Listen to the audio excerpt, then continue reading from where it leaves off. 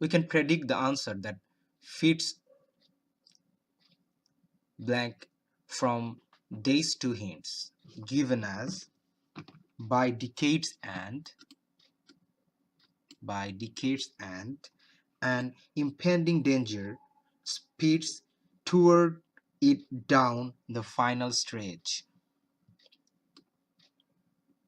So the danger mentioned in the last line or in the last clause after the semicolon makes it clear that any choice means success or victory does not fit the blank. Similarly, any choice means reputation as esteem or stature does not fit the blank. So we can eliminate choice B, choice D, choice E, and choice F.